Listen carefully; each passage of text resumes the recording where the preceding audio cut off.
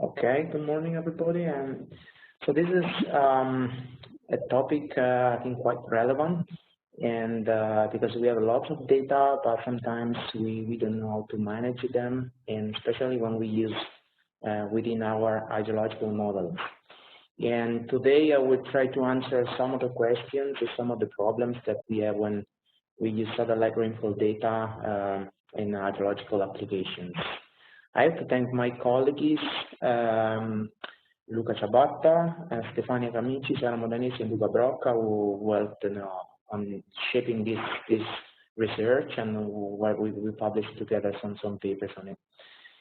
And so let's go. And so let's start with this slide of which showed the results of a paper of Beck et al. In 2017. And this is a representation of the performance of different type of rainfall sources in flood modeling. And you can see here in the world map, there are lots of points. Each point is a basin, and the color of the basin represents the best performance products among the gauge-based product in red, reanalysis in cyan, in satellite-based product in yellow, and the blue there is an integration of these three with this product called HSAF. And what I want to show here is that the map is almost red. So basically, gauge product actually are the ones that perform better, and and actually there is some cyan on the top of North United States, where the reanalysis product perform relatively well, and there is no yellow actually, but this is the reason for the yellow for the satellite-based product lower performance. Actually, we are going to showing here only catchments located in very dense data regions where we have lots of gauges there, so it's reasonable that they perform the best. But if you look just at this plot, this panel, and this represents the performance in terms of net subcliffe in latitude. And you can see that satellite-based data start to be very good as we move to Africa, for example, Central America, and then they just reduce their performance. This is no, I mean the satellite-based product quality is higher in warmer climates, while the reanalysis actually they perform better in over northern latitudes and where we have snow and on the ground and so on. But of course, the overall result is plotted here, and they show actually that satellite-based rainfall perform not very well, and this is the reason for this actually is due to the fact that here all the basins are mostly located in northern hemisphere and higher latitudes. So the question that arises from here is that if the satellite-based rainfall estimates are really useful for hydrological application, and which satellite rainfall estimates we should power for hydrological modeling, for example. And this is important if there is any connection between rainfall quality and hydrological modeling. I mean, if we know that a product is performing relatively well in producing rainfall, observed rainfall, for example, is it also true that it will perform well in when we use it in our hydrological models? This is another question. And if they don't, I mean, if they don't perform well, what could we do for increasing their performance? Is there any technical or tricks that we could do to increase their performance and to actually exploit the real potential of this product? So let's go with the first question. Is that really useful? So based on the first slide, we see that we have some doubts. But before to go to that, probably most of you know that the difference is between the different hydrological models. So there is this dichotomy. Some models are called physically based because they are based on parameters that actually can be effectively measured. You can think, for example, to hydraulic conductivity, and the hydraulic conductivity actually can be measured in the field. And these models actually require a lot of different forcing data, like rainfall temperature, radiation, soil type, land cover, because the parameterization of the process inside them is quite complex. Try to reproduce the physics of the the hydrology. And then they provide runoff as the other models do, like the so-called conceptual hydrological model. They are based on quantity that sometimes we cannot measure directly, but they actually are more simpler, and the forcing data to run them is generally less. And so we generally apply only rainfall, temperature, or potentially water aspiration. They are based on elements like reservoir and so on. Sometimes in data scarce regions, these kind of models are preferable because they don't require so much data. And so the problem of having data is not, it's not trivial. This is a representation on the left of the GPCC density, rain gauge density. And you can see that over United States, over Europe, the density of rain gauge is quite high. And this also reminds us to the first slide that I presented to you, where the performance of the rain gauge type of products was very good over US and Europe, probably less in other parts. And you can see that there are many regions like Central America, Africa, and Central Asia actually are, there is no rain gauges. And there is this funny, but was very relevant study of et al. In 2015 that he says that if we collect the areas of the orifices of these gauges, of the GPCC gauges, for example, if we sum up them, we could obtain an area less than a soccer pitch. And I think this is quite make us realize how severe is the problem of having gauges for hydrological applications. So even if we look at the reanalysis problem, actually they perform very well globally, but there are some parts of the world where they still suffer from some problem. For example, if you go in Africa, which is exactly where we don't have gauges, this product can suffer from problems in area dominated by convection, high convection. So there is a difficulty of this model to parameterize the convection, and so the performance there in terms of rainfall quality is not the best. So coming back to the question, if the satellite-based products are useful, I would answer yes, and because we don't have gauge information or good reanalysis performance everywhere, and they are useful to replace these products or to complement this product. We will see this in the next slides. And this is the answer. But then let's go to the. I don't know if there is any question, but we can do it at the end. And I would pass to the next question, research question. So which satellite rainfall estimate should be favored for hydrological modeling? Is there any connection between rainfall quality and performance in hydrological models? And so to answer this question, actually, what is not trivial here, because we have to consider a large database of basins, at least using multiple models, using multiple rainfall products. So in this case, there is this publication of Camici et al. In 2020, just came up this year, and where we use 4 different rainfall products. 3 of them were satellite-based. One of them, EUMeTrain in Europe, is actually a gauge-based product, and we use this product as a benchmark. So this experiment we used 3 conceptual hydrological models and 1,318 basins in Europe. These are the models we use. All of them are conceptual models, and it's MSG, high mod, GR4J, and they are characterized by different structures and different number of parameters.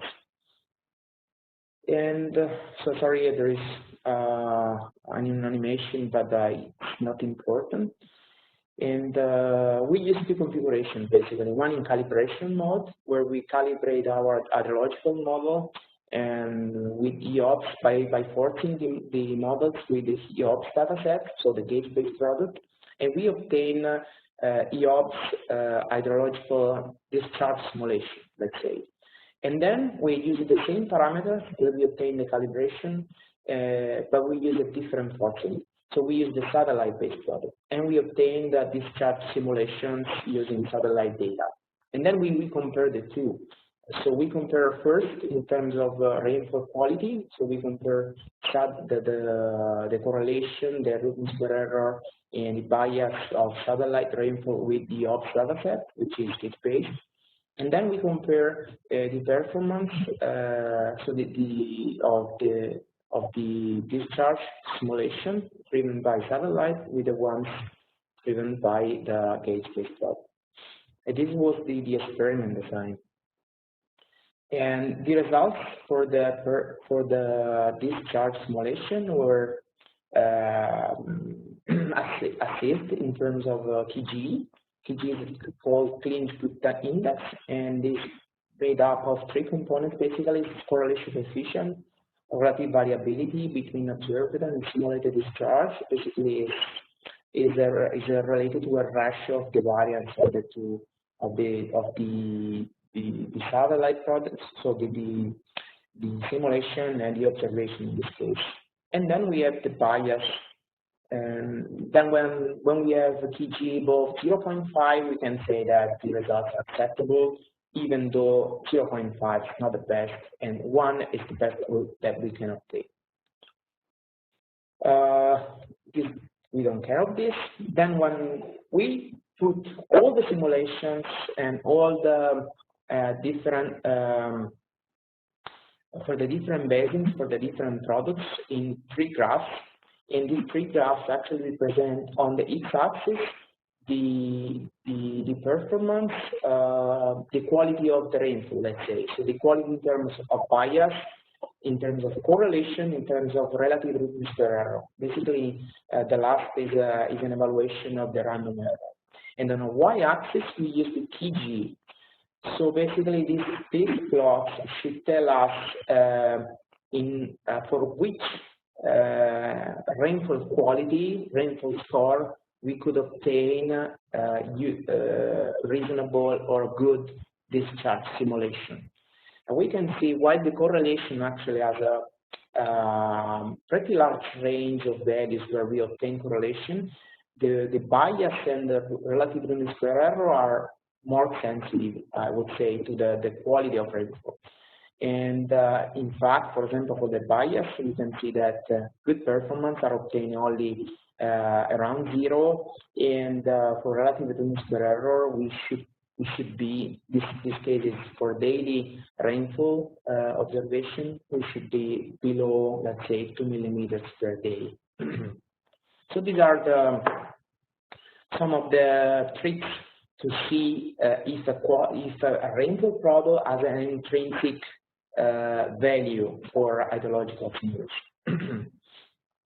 And this is a summary of what I just said, so we don't have to focus on this. But anyway, we see that for bias less than 0.2, we have this PGE with median above 0.5. And if we couple the bias less than 0.2 and the relative root mean square error less than 2 millimeters per day, we obtain that more than 75% of the basin should be performance. So bias and relative error are the main useful, let's say, information to understand if a product is good or not for hydrological simulation. Let's go to the last question that is important as the first two, I think is the most important one. What could do researchers to increase the performance of satellite rainfall estimates in hydrological simulations? So let's see, this is a study of EUMeTrain et al. In 2015 in the Sahel, and he considered 4 basins, and he compared the performance of 4 different products, including 4 satellite products plus area analysis, which is parameter. You can see the performance in terms of TG. Green colors represent relatively good performance, while purple and violet, let's say violet colors says that the performance are not good. You can see that Seamorph here and Persian have no good performance, while the others are much better. For example, Stream and Interim are in the middle. And then they try to improve the performance of this product by two different techniques. The first one is to recalibrate. I mean, they say, okay, we don't rely on the calibrated parameters with the gauge-based product, and we use we recalibrate the model with a directly recalibrate the model with a satellite rainfall, for example. Another one is to, okay, let's correct the bias before to force the model with a satellite rainfall estimate. And then the last is, okay, let's do both, to recalibrate the model and correct the bias. And here is the result. The relative size of the dot say how much the specific technique improved the simulation, and the color is still the TG. So, for example, when we recalibrate the model with a specific rainfall source, we can see that the Seamorph improved a lot with respect to the results obtained before, and now it's green, before was violet. And Persian still has some problems. So even though if we recalibrate, we didn't obtain. No, they because it's not my study. They didn't obtain good performance for most of the countries. And then they bias correct the product, and so they try, and the results were pretty good actually. And all the products got green. And then they say that, okay, let's try both, and the dots actually become greener, even greener. So this means that bias correction and model-specific calibration can be two reliable techniques to improve the quality of the discharge simulation. But actually, we realized that this is a study also of Camici et al. In 2018. We realized that these two procedures are not always sufficient. And we focus on the Mediterranean areas, and Mediterranean is pretty challenging because the seasonality is just has 2 peaks in terms of rainfall, and there is no unique peak. Sometimes it can change from season to season, depending on the atmosphere, and so we don't have a rainy season like in Africa, for example. And so this is, I think, more challenging for hydrological simulation. So we selected 15 basins in the Mediterranean area with catchment area ranging from 100 to 5,000 kilometers square, and we, in this case, evaluated the performance in terms of an adaptedness uplift. This is specifically targeted for a high flow. 1 means perfect score, and below 0.5, let's say, this score is unsatisfactory. And these are the results that we obtained when we run the model with this TMPA Seamorph version. And you can see that the adaptedness uplift is very low, both in calibration and in validation in the Mediterranean areas. And even though if we bias corrected this product and recalibrate with a specific recalibration for each product, the performance that we obtained were not the best.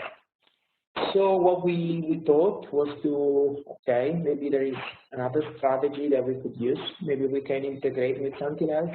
And in this case, we integrated with HSAF, which probably if you follow the other lessons, the other classes, you probably know it. But basically, it is based on an inversion of water balance equation.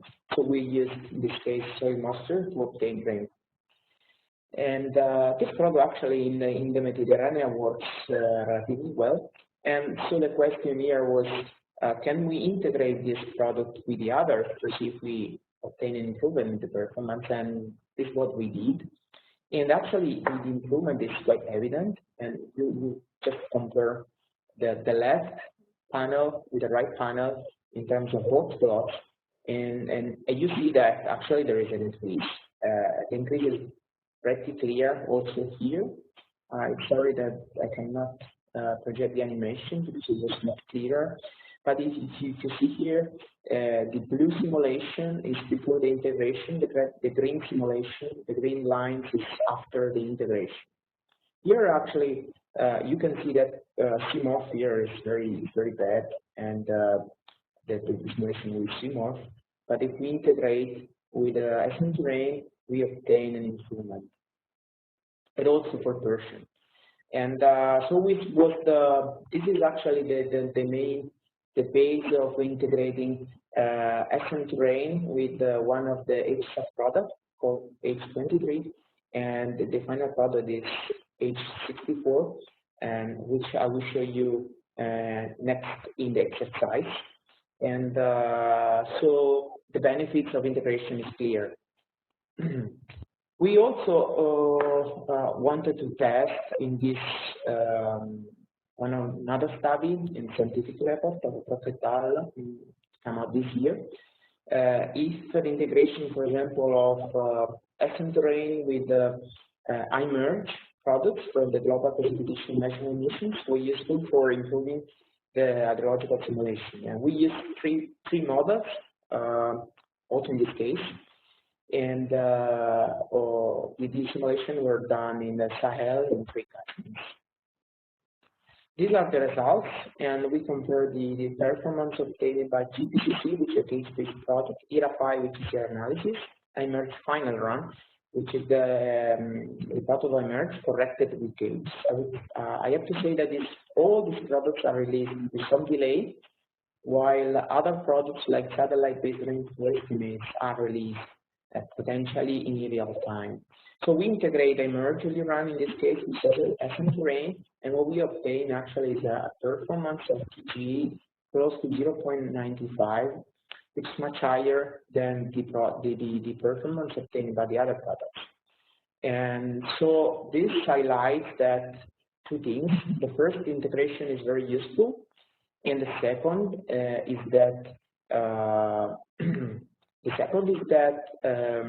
in data scarce region like Africa, the performance actually of gauge-based product reanalysis can be not the best, and so satellite rainfall products can be very useful. So as a take-home message for this question, there's bias correction and model recalibration are 2 options to improve the hydrological simulation, but they do not always work. So our suggestion is that you might look at integration of different products, even integrated other products like reanalysis with satellite-based product and so on. But if you want to rely on something that can be available in real time, probably useful is to integrate satellite-based products. And these are the most important references. And if you want to have more details, you can also send me an email, and I can answer you and provide more detail about the papers that I presented or any other question, technical question. I am available.